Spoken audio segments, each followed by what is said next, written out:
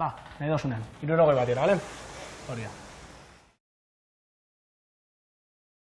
Froga honetan egiten dugu test progresibo batioak igoz, 60 batiotan hasita, 20 batioko desberdintasunarekin eskaloitik eskaloira, igoerak. Orduan hasiko dira 60, 80, 100, 120, egingo dituzte 3 minutuko eskaloiak, 30 segunduko atxeden momentuarekin. Hori azken finean da guk ikusteko eskaloi horretan zelan ibilian eta laktatoa atera ahal izateko. Gabiltzako gero erlazionatzen, bai oxigeno kontsumoko datuak, laktatoarekin, entrenamenduetan baliogarri izateko, bihotz maiztasunarekin erlazionatzen dugu. Ergometroarekin egunero egiten dugu lan, beraz nik uste dut urteak pasa ala ohitu egiten zarela eta horrelako testak ere, horrelako probak gero eta lasaiago eta gero eta kontrolatuago egiten dituzula zure burua ezagututa. Lehenengo 3 minutuak oso errez egiten direla.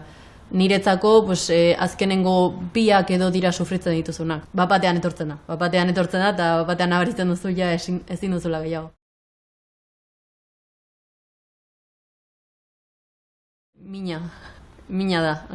Hasten dira muskuloak zuk esan duzu moduan uzkurtzen, burua gehiago erabili behar duzu momentu horietan eta ezin duzu nekatu azadelako, eta orduan hori kontrolatu behar duzu, ezta arraunketa mantentzea, min hori sentitzen duzun bitartean. Badakit 3 minutu egin behar dituela eta nekatuan agonean denbora oso azkar behiratzen dut. Orduan behiratzen baldin badut eta oraindik minutu terdi geratzen baldin bazait, berakanoa. Ez da bat ere erresa. Saiatzen naiz zenbaki bat bakarrik behiratzen, igual paladak ere behiratzen noizbait berago behiratzeko behirada, baina azkenengo minutuan nik uste denbora osoan denborari behiratzen dio dela, ezin duelako, amaitu nahi duelako.